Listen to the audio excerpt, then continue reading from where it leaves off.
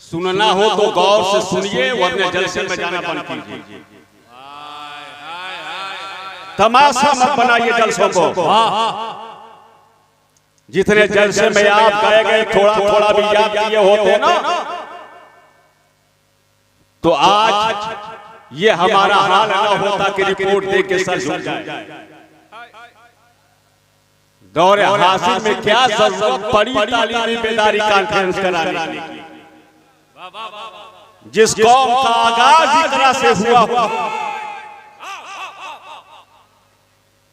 जिस कौम का आगाज इकरा से हुआ हो, फिर इस कौम के लिए तालीमी कॉन्फ्रेंस की जरूरत क्यों पड़ी।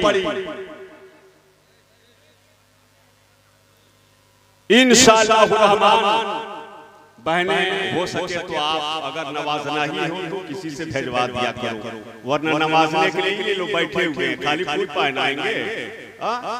110 का साल 30 रुपए का फूल हो गया, इससे कौन सा काम आने वाला। साल में 300 साल में पाता हूं, सुन लीजिए। हाँ, और ये सिर्फ चैनल पे आने के लिए है, वरना दिसंबर में ओढ़ लेंगे तो खैर नहीं है। अल्लाह तबारक व तआला हौसला अफजाई जिन लोगों ने किया, अल्लाह उनको तरक्की अता फरमा दे। तोहफा तोहफा होता, तोहफा बोलो भाई, तोहफा होता। बड़ी नवाज़ाई लोगों, तो मैं यकीन के साथ आपसे ये उम्मीद लेना चाहता हूं कि क्या संजीदगी के साथ मेरी गुफ्तगू सुनेंगे। पहली बात तो मोबाइल नौजवान लेकर के कभी भी वीडियो ना बनावे। जब चैनल चल रहा है, कल आप देख सकते हैं, एक वक्त में 2 काम आदमी नहीं कर सकता। अगर मोबाइल में बनाओगे तो फिर मेरी तकरीर नहीं सुन पाओगे। समझ गए? चैनल चल रहा है, लोग देख रहे हैं, इसको आप कल भी देख सकते हो। और वीडियो बनाने से फायदा क्या है? बेहतर तो यह है कि दिल का दरवाजा खोलो, दिल का दरवाजा खोलो, जिंदगी बदलने की कोशिश करो। ये बड़ी शर्म की बात है कि आज ये कॉन्फ्रेंस कराने की नौबत आ गई कि हमारी कौम सो चुकी है ये इल्म हासिल करे। मैं उलमा की तवज्जो चाहूंगा और इंशाअल्लाह इसमें मैं गुफ्तगू जरूर करूंगा कि इसकी जरूरत क्यों पड़ी। हमारा आगाज कहां से, मगर जिस जिंदगी के साथ आप जुड़ रखे हैं उसी जिंदगी के साथ सुनिए। और जो लोग आना जाना लगाए हुए, मैं उनसे कहूंगा कि साहब ये रोजा का मेला नहीं है, आप जलसे में आए। जहां जगह मिले इत्मीनान और सुकून के साथ बैठ जाइए। हजरत गिरामी, ये पहली तकरीर आपके जलसे की। मैं चाहता हूं कि एक बेदारी आ जाए, जबकि वक्त मुझे नहीं बताया गया कि कितना देर बोलना है, मगर इतना कम भी नहीं बोलूंगा कि कोई रिजल्ट न आए, और इतना ज्यादा भी नहीं बोलूंगा कि किसी का हक ले लूं मैं। समझ गए? तो पूरा मजमा हाथ उठा के बोले या रसूल अल्लाह, और बुलंद आवाज से बोलिए या रसूल अल्लाह, या रसूल अल्लाह। मैं वो कलाम पढ़ने जा रहा हूं। अच्छा, हजरत के बारे में तो आपने सुना, अलक़बात भी आप देखते हैं, मगर एक लक़ब नहीं दिया जाता जो हकीकी मानों में आज से नहीं, आपके दौरान तालिब इल्मी से पाया जाता। हजरत शायर ने, सुन लीजिए क्या है, बोलो क्या है? शायर। वो शायर नहीं कि मक्ता चोरा के लगा दे। समझ गए? जितने स्टेजों पे घूम रहे हैं गुस्ताखी माफ, वो शायर नहीं है, ये किराए पे लिखवा के लाते हैं साहब। स्टेज रसूल से झूठ बोला जाता है ये, मगर अल्हम्दुलिल्लाह हजरत शायरी भी करते हैं। अगर इजाजत हो तो इनका लिखा हुआ 2 शेर मैं आपके हवाले करवाऊंगा। इनका लिखा हुआ है और आपके हवाले कि तूने मैं खाना निगाहों में छुपा रखा है। अरे बोलो यार सुभान अल्लाह। तकरीर शुरू होगी तो चुप हो जाइएगा, मगर जब शेर व शायरी पढ़ी जाए तो बोलना सच है। तूने मैखाना निगाहों में छुपा रखा है, होश वालों को भी दीवाना बना रखा है। अच्छा लगा आपको हजरत की शायरी? तूने मैखाना निगाहों में छुपा रखा है, होश वालों को भी दीवाना बना रखा है। ये तेरी बंदा नवाजी, ये करम है तेरा, मुझ गुनहगार के ऐबों को छुपा रखा है। ये तेरी बंदा नवाजी, ये करम है तेरा, मुझ गुनहगार के ऐबों को छुपा रखा है। अगर कहे तो शायरी पर एक छोटी सी बात मैं आपके हवाले। शायरी कहते किसको है? वाज़ई साहब, आपकी तवज्जो चाहता हूं मैं। कोई पूछे जाके अल्लामा हसन रज़ा खान से होती कैसे है शायरी? जब एक इंसान दुनिया से जुदा होता है तब कहीं शेर लिखता। दुनिया जहन से निकल, दुनिया से जहन को अपने आप को किनारे करता है, तब कहीं जाके एक शेर तैयार होता है। अल्लामा हसन रज़ा खान रहमतुल रिजवान, मगर ये हमारी और आपकी शायरी है। हमारे बुजुर्गों ने जो शायरी की है, फांसी का फंदा निगाहों के सामने है, नबी की नात लिख रखे हैं। मुसीबत का पहाड़ सामने है, नबी की नात लिख रखे हैं। जान खतरे में है, नबी की नात लिख रखे हैं। जबरे अजीम की तरह ऐ लोगों मुसीबत सामने है, नबी की नात लिख रखे हैं। नबी की नात लिखी कैसे जाती है? किसी को पूछना हो तो अल्लामा के फायदा का से पूछे, नबी की नात लिखी कैसी जाती है? किसी को पूछना हो तो अल्लामा हसन रज़ा खान से पूछे, नबी की नात लिखी कैसी जाती है? किसी को पूछना हो तो बरेली की अहमद रजा से पूछे। वो कौन अहमद रजा? हाँ, वही अहमद रजा जिनकी शायरी को देखने के बाद दादा अहमद ने कहा था, मुल्क सबसे की शाही तुम तो रज़ा वसल्लम जिस सिम गया गए हो से बट।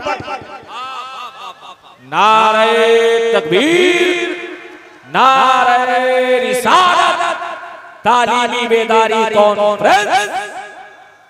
हजरात आज बड़ी सुकून से बैठे हैं। नबी की नात आप नहीं सुन पाते, नाम सुकून से पढ़ पाते हैं, मगर पूछे अल्लामा हसन तकरीर मेरी सुन नहीं हुई। असल मौजूद पे गुफ्तगू करूंगा जो मुझे बताया गया, मुझे कुछ मौजूद दिया गया।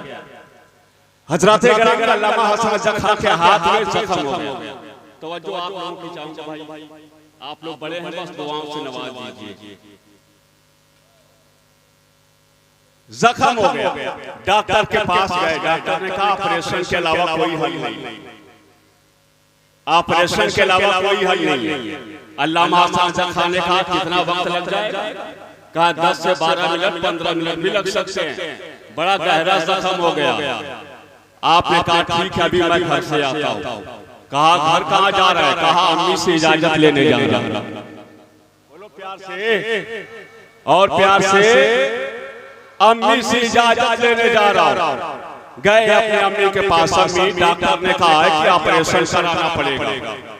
माँ होती है ना, बड़ी सोचा आपने, कहीं मेरे बेटे को तकलीफ न हो जाए, कहीं मेरे बेटे को परेशानी न बढ़ जाए, कहीं मेरे बेटे को चोट इस जख्म की वजह से बीमारी आगे न बढ़ जाए। हजरात बहरहाल आपकी मां ने इजाजत दे दिया।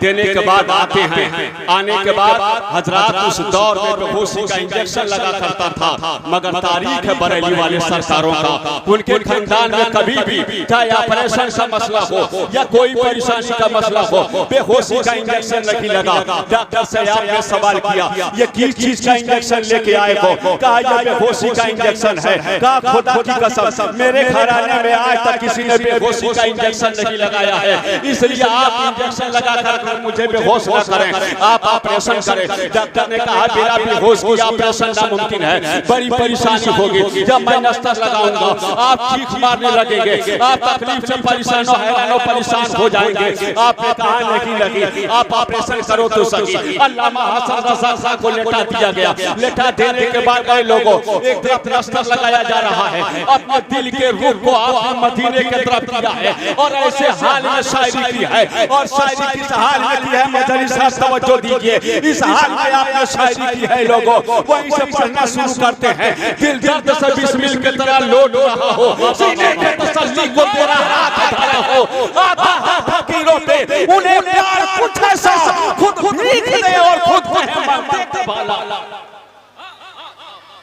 आता है फकीरों पे नारे उन्हें प्यार कुछ ऐसा, नारे रिसालत तालीमी बेदारी कॉन्फ्रेंस हजरत अरशद रजा नूरी। आता है आता है फकीरों पे उन्हें प्यार कुछ ऐसा, खुद भीख दे और खुद कहे मांगते का भाला हो। हजरत ग्रामी औकात तालीमी बेदारी कॉन्फ्रेंस से आज जो हुक्म हुआ पैगाम देने का, वो पैगाम आपको भी हमें देना है, अपने माओ को भी हमें पैगाम देना है। हजरात, घर से अंधेरा खत्म करना हो तो इल्म की जरूरत है।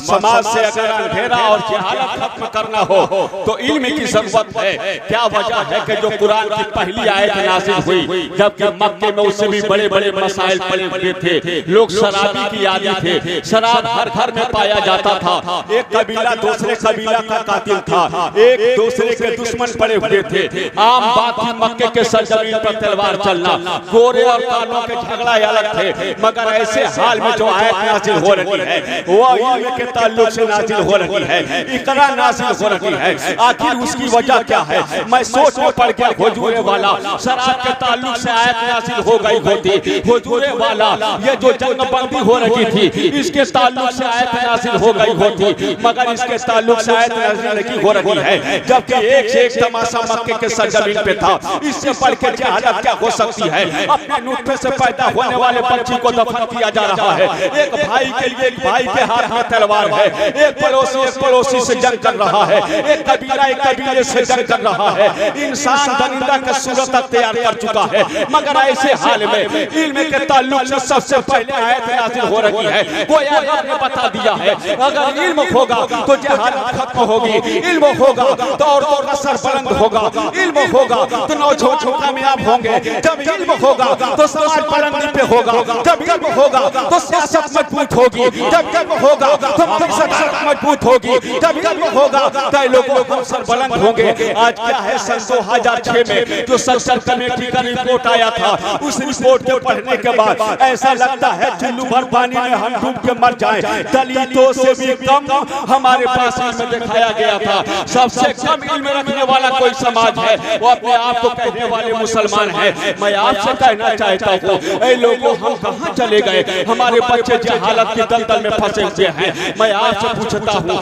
ये जहालत रखी तो क्या है? बुढ़ापे में बेटे को बाप का सहारा बनना चाहिए, मगर वही बेटा बाप को धक्का मार रहा है। जिस औरत को पर्दे के दायरे में रहनी चाहिए वो औरत जो खुलेआम बाजारों में घूम रही है, ये जहालत रखी तो क्या है? आखिर वो कौन सा इल्म है जिस इल्म के बुनियाद पर हम अपनी आबरू भी बचा सकते हैं और मौत की आबरू भी बचा सकते हैं? हजरात, दिल में रखेगा तभी तो एक शौहर जानेगा कि मेरे ऊपर बीवी का हक क्या है, और बीवी जानेगी कि शौहर का हक हमारे ऊपर क्या है। अगर इल्म रखेगा तभी तो हम जाने, हमें पता चलेगा उलमा का हक हमारे ऊपर क्या है और उलमा जाने के हमारे ऊपर क्या जिम्मेदारी है।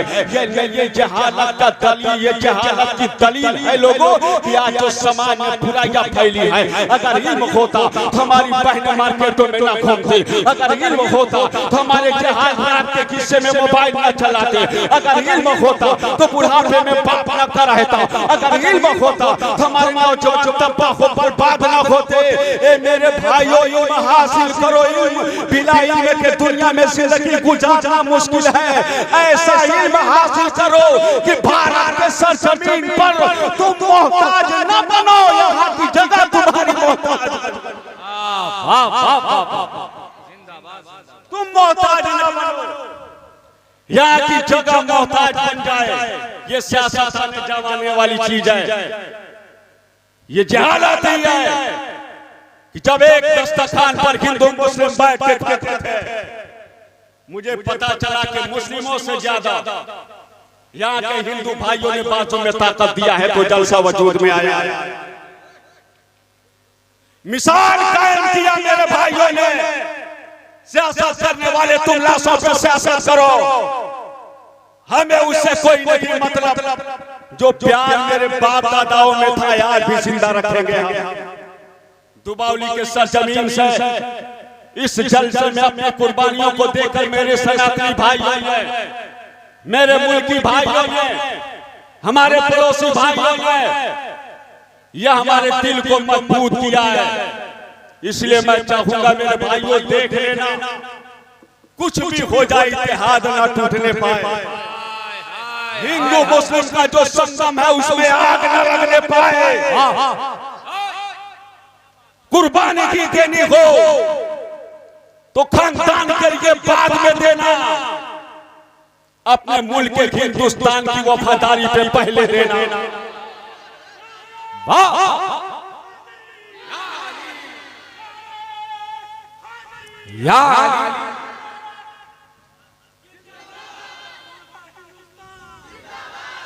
इसलिए लेकिन मैं हिंदू भाइयों से भी कहूंगा, जरा वो भी तारीख तुम दोहरा लिया करो। आज के 2 पूत के पहले का यह मसला था, हमारे बिगड़ तुम खाना नहीं खाते, हम तुम्हारे बिगड़ खाना नहीं खाते, हम तुम्हारे गिलास में पानी पी लिया करते थे, आज तुम हमारे गिलास में पानी पी लिया करते हो। आखिर वो कौन सी जहालत है जिस जहालत ने दूर कर दिया है, हमारे दस्तरखान को उदास कर दिया है, हमारे भाइयों के आपस में लड़ा दिया है। वरना हम ही तो थे जब चीन ने आंख दिखाया था, बर्मा ने आंख दिखाया था, हिंदू पाक के ऊपर जब निगाहें उठी थी, पाक ने नजरें जमाई थी, तो बैतुल्लाह के सूरत में हमने भी पार्लियामेंट में कहा था कि गैरों को माए गंगो समन दे नहीं सकते, हम अपने वतन खा के वतन दे नहीं सकते। भारत तो बड़ी चीज है, क्या देंगे किसी को, हम पाक के मुर्दों को कफन दे नहीं सकते। भारत तो बड़ी चीज है, क्या देंगे किसी को, हम चीन के मुर्दों को कफन दे नहीं सकते। मेरे भाइयों, हम कभी नहीं भूलेंगे भारत को। इसलिए अगर भूल गए, अल्लामा कफायत ने क़यामत में सवाल कर दिया तो क्या होगा। अल्लामा फजले हक हैदराबादी ने सवाल कर दिया तो क्या होगा। हजारों की तादाद में फैजाबाद से दिल्ली तक जिन उलमा का सर लटकाया गया था, अगर उलमा ने सवाल कर दिया तो क्या होगा। हम ही लोगों की जमात है। कलामा कफायत से कहा गया था फतवा वापस लीजिए, तो आपने कहा था घर का होता तो वापस ले लेता, यह मुस्तफा के दर का फतवा है, ये वापस नहीं होगा। ये सब सियासत है जो ये हो रहा है, उस चक्कर में ना पढ़िए, पढ़ाई पढ़ो, आप तालीम हासिल करो। एक जो जेल में बैठ गया है ना कि नौकरी नहीं मिल रही है तो क्या पढ़े, नौकरी नहीं मिल रही है तो क्या पढ़े। हमारे कौम के अंदर समझिए साहब इस कदर फिट हो गया है कि बस हाई स्कूल की मार्कशीट किसी तरह मिल जाए, कहा पासपोर्ट बनवाएंगे, सऊदी जाएंगे, फिर कहो तो कहते हैं अगर सऊदी हुकूमत में होती तो क्या होता। मैंने कहा आज वो बंद कर दो वहां जाना ना, तो कल हमारे घर में आईएएस नजर आने लगेंगे, घर से बुराइयां खत्म हो जाएंगी। मैं डंके के जोर पे कह रहा हूं, अगर जब किसी को बुरा लगे, ये रियाल का की देन है कि मेरी बहन घर से निकल रही है तो पर्दे में मार्केट में उनका पर्दा उतर रहा है, ये रियाल का। शौहर है बाहर, पैसे आ रहे महीने के 30 से 40 हजार, बीवी कद्र नहीं कर पाती। ए मेरी बहनों, क्या कभी तूने सोचा कितनी मुसीबत से तेरे शौहर ने पैसा भेजा है, कितनी मुसीबत से कमा के भेजा है। जब ईद की रात होती है, सारी दुनिया खुशियों के मारे रात गुजार लेती है, मगर वही तेरा शौहर है कि सऊदी के सरजमीन पर अपने बच्चों को याद करके रात रो रो के गुजारता है। क्या कभी तूने सोचा है कबीलों के थप्पड़ जितने बर्दाश्त किए हैं, जिसने बबूल के कांटे खाए, बबूल के ठोकर पहाड़ के वादियों में बकरियों को को चरा चरा कर अपने बच्चों के लिए 1 रुपया इकट्ठा किया, 30,000 महीना भेज रहा है ताकि मेरा बच्चा अच्छा तालीम पाएगा। मगर हाल तो ये है, ये वक्त से फीस तक नहीं दे पाती, अपने बच्चों की पढ़ाई की फिक्र नहीं करती। तेरा शौहर इसलिए मुसीबत नहीं काट रहा है, 3 साल जेल की जिंदगी जो सऊदी में गुजार रहा है वो इसलिए नहीं गुजार रहा है कि तुम अपने बच्चों के पीछे खर्च न करके तुम मार्केट वालों को अमीर बना दो, दुकानदारों को अमीर बना दो, 1 रुपए का सामान 10 रुपए में खरीदो, 500 का सूट 1500 में लेकर के आओ। बल्कि तुम्हारी ये जिम्मेदारी है, अगर मुसीबत काट करके, कबीलों के थप्पड़ खा करके, बबूल के कांटों में जिंदगी गुजार करके, रेतों पर सो करके अगर तेरा शौहर 30,000 रुपया भेज रहा है तो तुम ये बताओ, हम आधी रोटी खाएंगे, अपने बच्चे को पढ़ाएंगे, आधी रोटी खाएंगे, हम कपड़ा साल में पहनेंगे, मगर बेटे को अच्छी तालीम देंगे। हर बाप अगर फिक्र कर ले और हर माँ फिक्र कर ले तो मैं यकीन के साथ कहता हूँ APJ अब्दुल कलाम तो नहीं बना सकते, मगर अपने बेटे को मुल्क की जरूरत बना सकते। जिंदाबाद जिंदाबाद, वाह वाह। मुल्क की जरूरत हम जरूर बना सकते हैं, मगर आज तो हाल ये है, पैसे के गुरूर नए शोहरों के गुस्ताख, कैसी जिंदगी होनी चाहिए इनकी। और उलमा भी यहाँ पे मौजूद हैं, माजरत के साथ मैं कहूँगा, आज कोई ऐसा मोहल्ला नहीं जिस मोहल्ले में अदालत ना हो। और आज एक नया चलन चला है, मुमकिन हो अगर गलत मेरी बात हो तो कोई इस्लाह मेरी कर सकता है, मैं इसके लिए तैयार हूँ। एक नया चलन चला है, मदरसे पे तवज्जो कम है, मिसवा ज्यादा खोला जाएगा। भाई जो उस लायक है वो चला रहे, मगर निस्वा भी खोले तो मॉडल खोलिए, अपने मकतबों को मजबूत कीजिए। बड़ी अच्छा पैगाम दिया था जामिअतुल अशरफिया से मुफ्ती खालिद अय्यूब साहब ने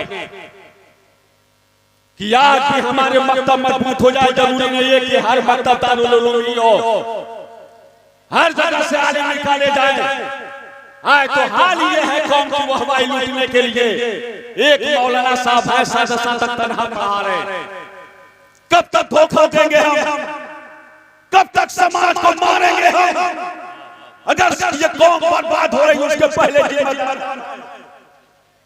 और फिर कहते हो कि हम गरीब हैं। शर्म कीजिए, आप गरीब कहाँ हैं? हमारी अमीरी तो शादियों में नजर आती है ना, हमारी अमीरी तो जब मुकाबला हो तब नजर आती है ना। मैं अक्सर अपने तकरीरों में कहा करता हूँ, सिर्फ हम अगर बत्तियों को जलाना कम कर दें तो हर मकतब को मजबूत कर सकते, हर मकतब को हम मजबूत कर सकते। हम गरीब नहीं हैं, मगर मैंने तवज्जो नहीं दी अपने मकतबों पर। अपने मकतबों को मजबूत कीजिए और निस्वा में भी ऐसा निसाब दाखिल कीजिए कि किसी मेरी बेटी को मुस्कान के तरह ठोकर न खाना। वाह वाह वाह। ऐसा नजात बनाओ कि शबनम की तरह छलांग लगा के कूदना ना पड़े।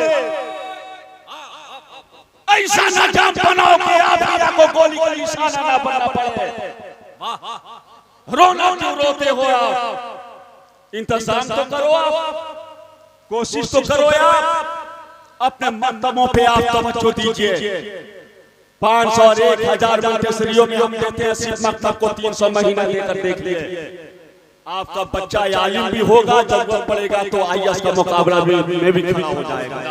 जिंदाबाद जिंदाबाद। मगर आपने तवज्जो नहीं दी, तवज्जो दिए होते तो आज हमारा ये हाल ना होता, हम ठोकरे ना खाते।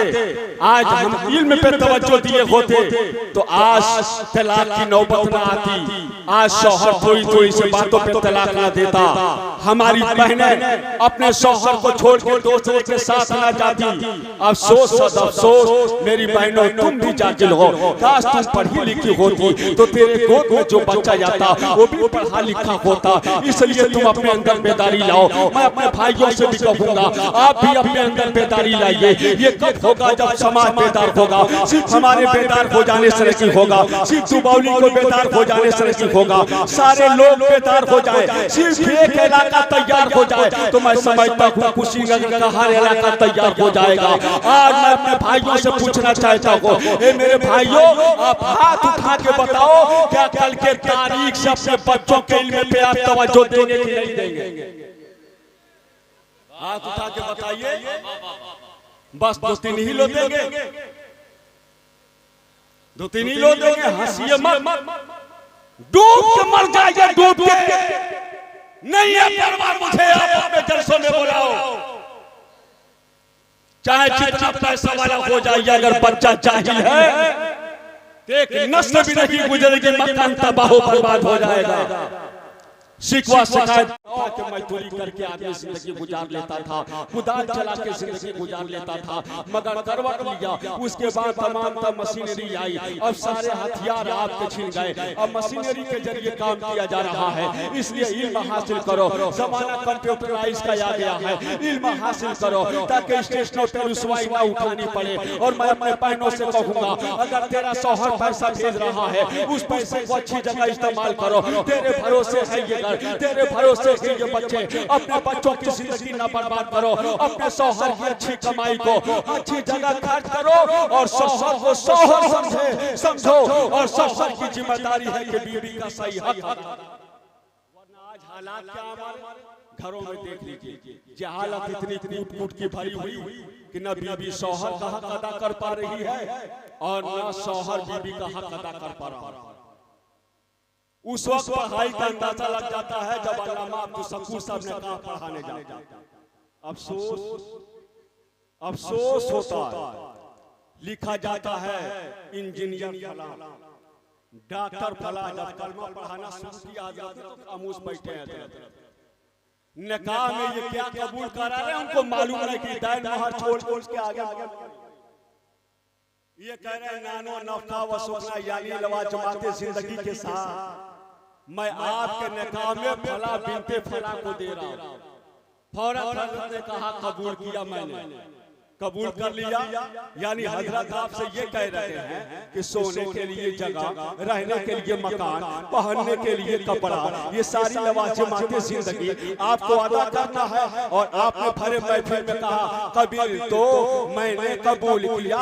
कबूल तो भरे महफिल में किए, घर आने के बाद कितना धोखा दे रहे हो। कबूल तुमने किया, सोने के लिए पलंग हम देंगे, ओढ़ने के लिए लिहाफ हम देंगे, रहने के लिए मकान हम देंगे, पीने के लिए गिलास हम देंगे, खाने के लिए सामान हम देंगे। मगर ये कितना बड़ा धोखा है। तुम कबूल भरे महीने में कर रखे हो, करने के बाद आके सो रखे हो। पता चला ये पलंग तुम्हारा नहीं, ये पलंग बेटी का है। जिस गिलास में पानी पी रखे हो वो गिलास उस बेटी का है। जिस चादर पे सो रखे हो वो चादर उस बेटी की है। जो तकिया लगा रखे हो वो तकिया उस बेटी का है। ये हालत रखी तो क्या है, तुम्हें इतना भी खबर लगी है तो मन में मैंने क्या कबूल कर लिया है। सारी चीजें तुमने कबूल कर ली, इस्तेमाल क्या कर रखे हो। क्या तुम पढ़े लिखे होते तो ये समझते कि मैंने तो कबूल किया है। मकान हम देंगे, सोने की जगह हम देंगे, सोने के लिए चादर हम देंगे, पानी के लिए कपड़ा हम देंगे, खाने के लिए सामान हम देंगे। जब जिम्मेदारी मैंने ली है तो चाचा ससुराल वाली नहीं रहेगी, मेरे घर वाली रहेगी,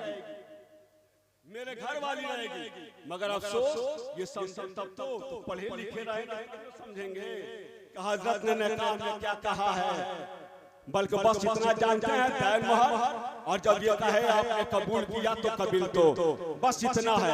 आज अफसोस के साथ मुझे कहना पड़ रहा है, ऐ लोगों तालीमी बेदारी कॉन्फ्रेंस में आने वालों, इस बैनर का असल मकसद यही है कि लोगों अंदर तालीम के ताल्लुक से बेदारी आ जाए, समाज में जो बुराइयां हैं वो खत्म हो जाए। आज हालात ये हैं, आज गुर्बत के आलम में एक गरीब बाप के रोने का जो माहौल है वो देखा जा रहा है। कितनी बच्चियां 70,000 के तादाद में एक साल में मुर्तद हो गई। क्या आपको ये खबर है, आपको खबर लगी है मुर्तद होने की वजह क्या है? क्या आपको ये मालूम है, आपको ये मालूम नहीं है? आपके जाहिल ने बच्चों को मुर्तद होने पर मजबूर कर दिया है। आपके जाहिल की लालच ने उनको मरने पे मजबूर कर दिया है। आपके गरीब की लालच ने एक गरीब बच्ची को फांसी के फंदे पे लटकने पे मजबूर कर दिया है। ए मेरे नौजवानों, जवानी की कसम खा के बताना, ये बताओ तुम्हारी वजह से किसी बेटी को कोई बेटी मुर्तद हो जाए उसका जिम्मेदार कौन है? तुम्हारे जहेज की लानत की वजह से एक गरीब बाप रात भर रो रहा है, उसका जिम्मेदार कौन है? इसलिए अगर तुम्हारे अंदर जवानी है और थोड़ी सी भी गैरत बाकी है तो आज इस कॉन्फ्रेंस से हाथ करके जाओ, खुदा की कसम अल्लाह ने मुझे जवानी दी है, बाजू में हमारे ताकत है, हम एक जवान आदमी है, हम कमा सकते हैं, हम ससुराल के मोहताज नहीं है। ये तय करके जाओ इंशाअल्लाह रहमान अगर ये जवानी बाकी रह गई तो अपनी शादी के बिना जहेज करेंगे, गरीब बच्चों का अपना दुल्हन। ये आपको पसंद है? बोलो भाई पसंद है? जिसको पसंद है वही हाथ उठाएगा, सुन लो। जिसको पसंद नहीं, इसमें कितने लोग हैं भीख मांगता हूं आपसे, माफ कीजिए गरीब बाप को ना रुलाइए उन्हें। जब जवान बेटियों के चेहरे पर एक गरीब बाप की नजर पड़ती है, सारी दुनिया सोचती है गरीब बाप आंसू बहाता है। काश मैं कुदाल चलाने वाला ना होता, मेरे पास भी दौलत होती तो आज अमीरों के दरवाजे पे मैं जाता, जाकर अपनी बेटी के लिए अच्छा रिश्ता गुजारता। मगर रात के किस्से में इसी पटना के बगल में आ रहा जिले में अभी चंद्रमा 200 की बहनों ने जो तालाब में कूदकर जान दिया था, क्या अखबार पढ़े थे आप? बस उसकी वो वजह थी, रात के हिस्से में बाप की झोपड़ी से रोने की आवाज आती थी। तवज्जो रहे डॉक्टर साहब आप लोगों की, रोने की आवाज आती थी। बेटियां बेटियां बेटे होते तो रात गुजार लेते, मगर ये बेटियां जो बाप के माथे पर पसीना नहीं देखना चाहती, वो कब चाहेगी कि मेरे वजह से मेरा बाप सारी दुनिया सो रही है मगर कुदाल चला के आया थका मादा है, मगर नींद नहीं आती, आंसू बहा रहा है। कई दिन से वो बेटियां अपने बाप की रोने की आवाज सुनती सियारा की सरजमीन पर रात के हिस्से में जाती, कहती बाबा ये कैसी आवाज है जो आवाज मेरे दिल को जो जोड़ रही है? बाबा बाप है तसल्ली देता, बेटी कोई परेशानी नहीं, समझा बुझाकर एक बेटी पैर दबाती, एक बेटी सर में तेल डालती कि इसलिए कोई जवान भाई नहीं मेरे घर में कि मेरा बाप का सहारा बन सके। शायद हमारा बाप हम जैसे जवान बेटियों को जब देखता है तो रात के हिस्से में रोता है, कब ये किसी की दुल्हन बन जाए। कई दिन तक हाजिरी देती रही, एक रात के हिस्से में जब एक लंबी सांस लिया था, उसको दाल चलाने वाले बाप ने दोनों बेटी रफ्तार के बगल से खड़े होकर देख रही है। मेरे बाप के गिराए हुए आंसू से जो एक महिला कुचैला जो सिरहानी है वो भीग चुका है, जाके कहती है बाबा आप रो रहे हो क्या? कहा नहीं बेटी। कहा बाबा ये कौन सा पानी है जिस पानी ने में इसे भिगो रखा है? कहते हैं कोई पानी होगा। कहे नहीं बाबा आधे घंटे से हम देख रहे हैं, आपके आंखों से आंसू जारी हैं और आप आंसू बहा रहे हैं। ये बताइए रोने की वजह बताइए, क्या कुदाल चलाते हैं तो रात में दर्द होती है? अगर दर्द होती है तो बेटियों को बुलाते क्यों नहीं? हम हैं आपकी खिदमत करने वाले, हम हैं तलवार में तेल मिलाने वाले, हम हैं आपके सर दबाने वाले, हम हैं सहारा बनने वाले।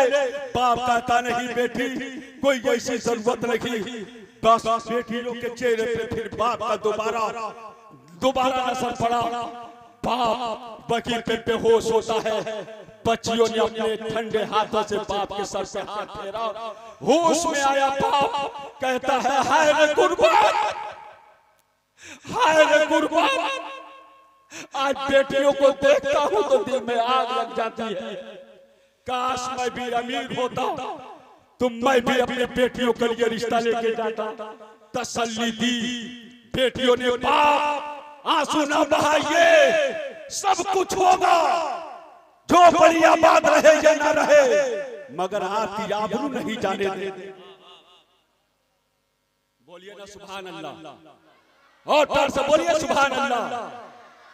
अगर चाहिए जवानी चली जाए मगर कभी भी हाथ पैर के हाथ नहीं जाएगा, समाज के अंदर आपका सर नहीं झुकने देंगे। इतना कहना था बाप को सलाह दिया बेटियों ने, दोनों बहनों ने मशवरा किया, हमारे वजह से बाप का आंसू गिर रहा है, न हम रखेंगे न बाप का आंसू गिरेगा। बकदर जहालत, वो जहालत ही कहा जाएगा, ऐसा तो नहीं करनी चाहिए। मगर जो बताना मकसद है सुनिए। दोनों बहनें रात के हिस्से में निकलती हैं। बगल में एक तालाब था, बड़ी बहन छलांग लगाने की कोशिश करती, छोटी बहन गले से लगा के रो लेती, है रे कुर्बान, आज दोनों बहनों को मौत के रास्ते पे लाके खड़ा कर दिया। कहती छोटी बहन बड़ी बहन से, तू ना मर, पहले मुझे मरने दे, बड़ी दर्द होगी जब जब छलांग लगाएगी, अगर देर हो गई तो किसे पुकारेंगे हम। दोनों बहनों ने मशवरा किया है और करने के बाद एक साथ छलांग लगाया है। सुबह होते ही ऐलान हो गया कि फलां के बच्चियों ने तालाब में डूबकर अपनी जानें दे दी। दोनों लाश निकाली गई। जब बाप को ये खबर हुई, वो मेरी बेटियां जो मेरे पास सहारा देने आई थी, वो बेटियां जो मेरे आंसू को पोंछ रही थी, वो बेटियां जो मेरे तलवे में तेल लगा रही थी, अब वो जान दे चुकी है। बाप को खबर होनी थी, बाप को भी एक टेक आया, बाप ने भी दम तोड़ दिया। हे नौजवानों, मैं तुमसे पूछना चाहता हूँ, क्या तुम यही चाहते हो समाज के गरीब लोग मौत के दहाने पे आते रहे और ये बच्चियां छलांग लगाती रही? तुम्हारी जवानी की कसम, आज कसम खा करके यहाँ से जाना, अगर मेरी जवानी बरकरार रखी, आप कोई गरीब की बेटी जानबूझ करके जाकर के मौत के दहाने पर गिराएगी, वो कभी तालाब में छलांग लगा करके मौत में गिराएगी, कभी फांसी के फंदे पर लटकेगी। अगर चंद नौजवान तौबा करके चले गए तो मैं समझता हूँ दुबौली की किस्मत सवर जाएगी और कमेटी का हक अदा हो जाएगा। इसलिए मैं नौजवानों तुमसे कहना चाहूंगा, अगर तुम चाहते हो कि समाज से ये बुराई खड़ा हो जाए तो खड़े होकर एक मर्तबा करबला वालों के नाम पर नारा लगा के बताओ कि इंशाअल्लाह रहमान हम जगह के हालात को खत्म कर डालेंगे। कितने नौजवान चाहते हैं खड़े हो जाए, खड़े होकर नारा लगा दे। अल्लाह, आप लोग भी खड़े हो जाओगे।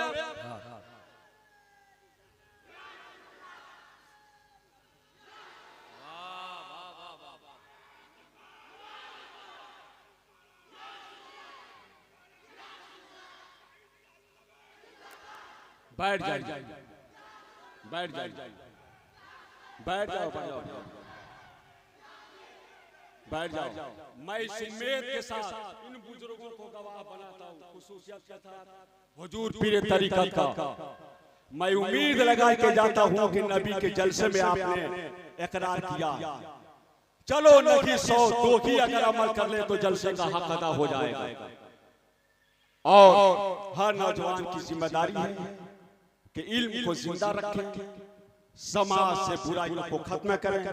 यही चंद पैगामात थे जो मैंने आपके हवाले किया। अल्लाह तबारक व तआला अमल की तौफीक अता फरमाए।